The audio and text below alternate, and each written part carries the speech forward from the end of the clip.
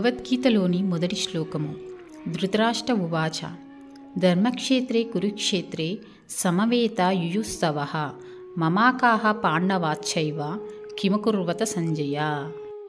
దీని అర్థం, ధృతరాష్ట్రుడు ఇలా అన్నాడు: సంజయ, పవిత్రమైన ధర్మభూమి అయిన కురుక్షేత్రంలో యుద్ధానికి సిద్ధమైన నా కుమారులు కౌరవులు మరియు పాండవులు ఏం చేశారు?